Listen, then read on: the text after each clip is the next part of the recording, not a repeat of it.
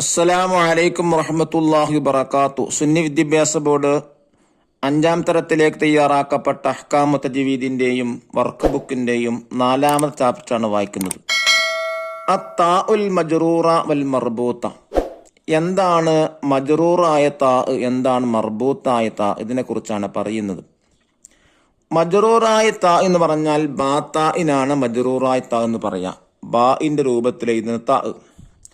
ആ തായിൽ വഖഫ് ചെയ്യുമ്പോൾ താ ആയിട്ട് തന്നെ വഖഫ് ചെയ്യേണ്ടത്. ഉദാഹരണമായി കദബത്. എന്നാൽ മർബൂത്തത്തായ താ അഥവാ ഹാ താ, അതിന് ഹാ ഉ തൈനീസ് എന്നും പേരുണ്ട്. ഈ മർബൂത്തായ തായിൽ വഖഫ് ചെയ്യുമ്പോൾ ഹാ ആയിട്ടാണ് ഉച്ചരിക്കേണ്ടത്. ആമിലത്തുൻ നാസിബ ഫീഹാ ഐനുൻ ജാരിയ, ജാരിയ, അങ്ങനെ ഹാ ആയിട്ടാണ് ഉച്ചരിക്കേണ്ടത്. എന്നാൽ ആ ഹാവ് തനീസ് വഖഫ് ചെയ്യുമ്പോൾ പ്രത്യേകമായി ശ്രദ്ധിക്കേണ്ട കാര്യം, അഥവാ തെറ്റ് വരാനുള്ള സാധ്യത കൂടുതലാണ്. അതായത് നാസിബ എന്ന് വഖഫ് ചെയ്യുമ്പോൾ നാസിബ എന്നോതുക. ബായിൽ ശബ്ദം മുറിച്ചിട്ട് താഇന് പകരം അലിഫ് കൊടുക്കാം. അത് പാടില്ല. നാസിബ എന്ന് നിർത്താൻ പാടില്ല, എന്ന് വഖഫ് ചെയ്യാൻ പാടില്ല. മറിച്ച് നാസിബ ഹ ആയിട്ട് തന്നെ വഖഫ് ചെയ്യൽ നിർബന്ധമാണ്. ഇതിന്റെ ചില ഉദാഹരണങ്ങളുമാണ് പറയുന്നത്. നോക്കൂ, വായിക്കാം. അൽ ഖാരിഅതു മൽ ഖാരിഅഹ, ഖാരിഅഹ ഹ ആയിട്ട് വഖഫ് ചെയ്തു. ഹൽ അതാക ഹദീസുൽ ഗാശിയഹ വൈലുൽ ലികുല്ലി ഹുമദത്തിൽ ലുമസഹ. ഇതൊക്കെ ഏതാണ്? മർബൂത്തായ താ ആണ് അവസാനത്തിൽ കൊടുത്തിട്ടുള്ളത്, അഥവാ കെട്ടുള്ള താ എന്ന് പറയും. അതിന് ഹാ ഉ തൈനീസ് എന്ന് വേറെ പേരുമുണ്ട്. താഉകൾ 2 വിധമുണ്ട്. താ മജ്റൂറ അഥവാ ബാത്താ. രണ്ടാമത്തെ താ മർബൂത്ത് അഥവാ ഹാ താ. അവിടെ എഴുതിക്കണം, നോക്കൂ. താ മർബൂത്തക്ക് ഹാ ഉ തൈനീസ് എന്നും പേരുണ്ട്. താ മർബൂത്തയിൽ വഖഫ് ചെയ്യുമ്പോൾ ഹ ആയിട്ടാണ് ഉച്ചരിക്കേണ്ടത്. ഹാ ഉ തൈനീസിൽ വഖഫ് ചെയ്യുമ്പോൾ ഹാ ഇന്റെ ശബ്ദം പുറത്തു വരാതെ, ഹാ ഉ തൈനീസ് എന്ന് പറഞ്ഞാൽ ഹാ മർബൂത്ത, താ മർബൂത്ത, അതിൽ വഖഫ് ചെയ്യുമ്പോൾ ഹാ ഇന്റെ ശബ്ദം പുറത്തു വരാതെ മുമ്പുള്ള അക്ഷരത്തിൽ ശബ്ദം മുറിക്കുകയോ ഹാ ഇന് പകരം അലിഫ് വരികയോ ചെയ്യരുത്. അഥവാ നാസിബ എന്നുള്ളയിടത്ത് നാസിബ എന്ന് ഓതുക, അത് തെറ്റാണ്. അങ്ങനെ ഓതാൻ പാടില്ല എന്നർത്ഥം. ഇനി നമുക്ക് ചില ഖുർആൻ ഉദാഹരണങ്ങൾ നോക്കാം. ആമിലത്തുൻ നാസിബ ഫീഹാ ഐനുൻ ജാരിയ വനമാരിഖു മസ്ഫൂഫ. ഈ ആയത്തിന്റെ അവസാനത്തിലൊക്കെ ഹാ താ അഥവാ മർബൂത്തത്തായ താ ആണ്. അതിൽ വഖഫ് ചെയ്യുമ്പോൾ ഹാ ആയിട്ട് തന്നെ നിർബന്ധമായിട്ടും വഖഫ് ചെയ്യേണ്ടതാണ്. ഈ താഇന്മേൽ നിർത്താതെ ചേർത്തി ഓതുകയാണെങ്കിൽ ഹർക്കത്ത് നൽകി താഇന്റെ മഖ്റജിൽ നിന്ന് തന്നെ വായിക്കണം. അഥവാ അൽ ഖാരിഅതു മൽ ഖാരിഅഹ എന്നുള്ള ആയത്തിനെ ശേഷമുള്ള ആയത്തുമായി ചേർത്തി ഓതുമ്പോൾ അവിടെ ഹാ ആയിട്ടല്ല വായിക്കേണ്ടത്. മറിച്ച് എങ്ങനെയാണോ അവിടെ ഏത് ഹർക്കത്തിലാണോ താ ഉള്ളത് അതേ പ്രകാരം തന്നെയാണ് വായിക്കേണ്ടത്. ഉദാഹരണമായി അൽ ഖാരിഅതു മൽ ഖാരിഅതു വമാ അദ്റാക മൽ ഖാരിഅഹ, അൽ ഖാരിഅതു മൽ ഖാരിഅതു, എങ്ങനെ ആ തു എന്നുള്ള തു ആയിട്ട് തന്നെ വായിക്കേണ്ടതാണ്. അതുകൊണ്ട് ഒരിക്കലും ഹാ ആയിട്ട് വായിക്കാൻ പാടില്ല. ഉദാഹരണം നോക്കൂ. ഫീ ജന്നത്തിൻ ആലിയത്തിൻ ലാ തസ്മഉ ഫീഹാ ലാഗിയ. ഗാശിയ സൂറത്തുൽ ആയത്താണ്. ഇവിടെ 1ാമത്തെ ആയത്തിന് 2ാമത്തെ ആയത്തുമായി ചേർത്തി വായിച്ചപ്പോൾ താ ആയിട്ട് തന്നെ മഖ്റജിൽ നിന്ന് വരേണ്ടതാണ്.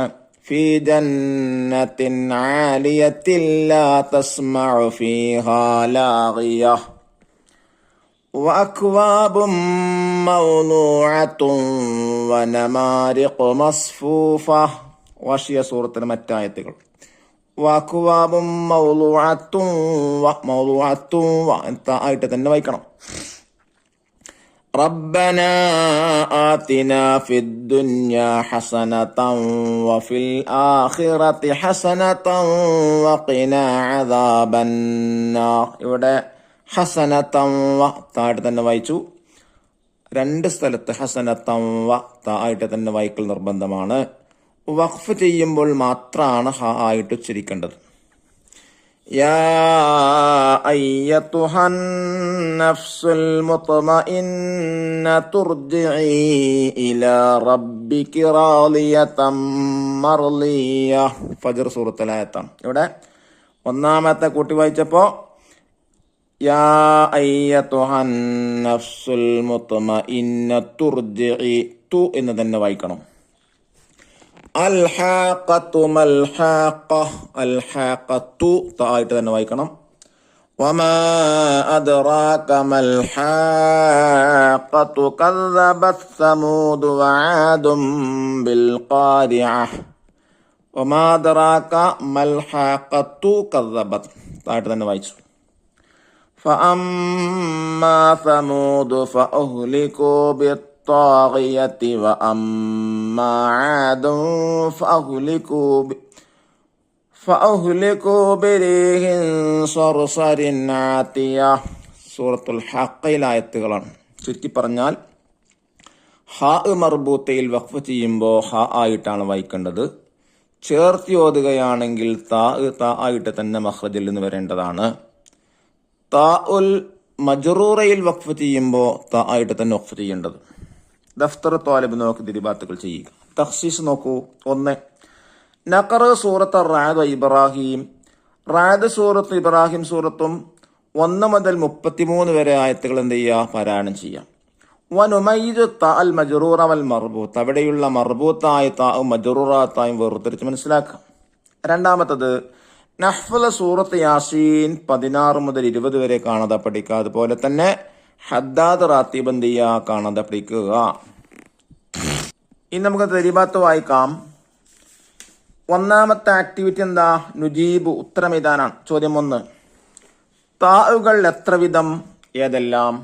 ഉദാഹരണ സഹിതം എഴുതുക. താ 2 വിധം. താഉകൾ 2 വിധം.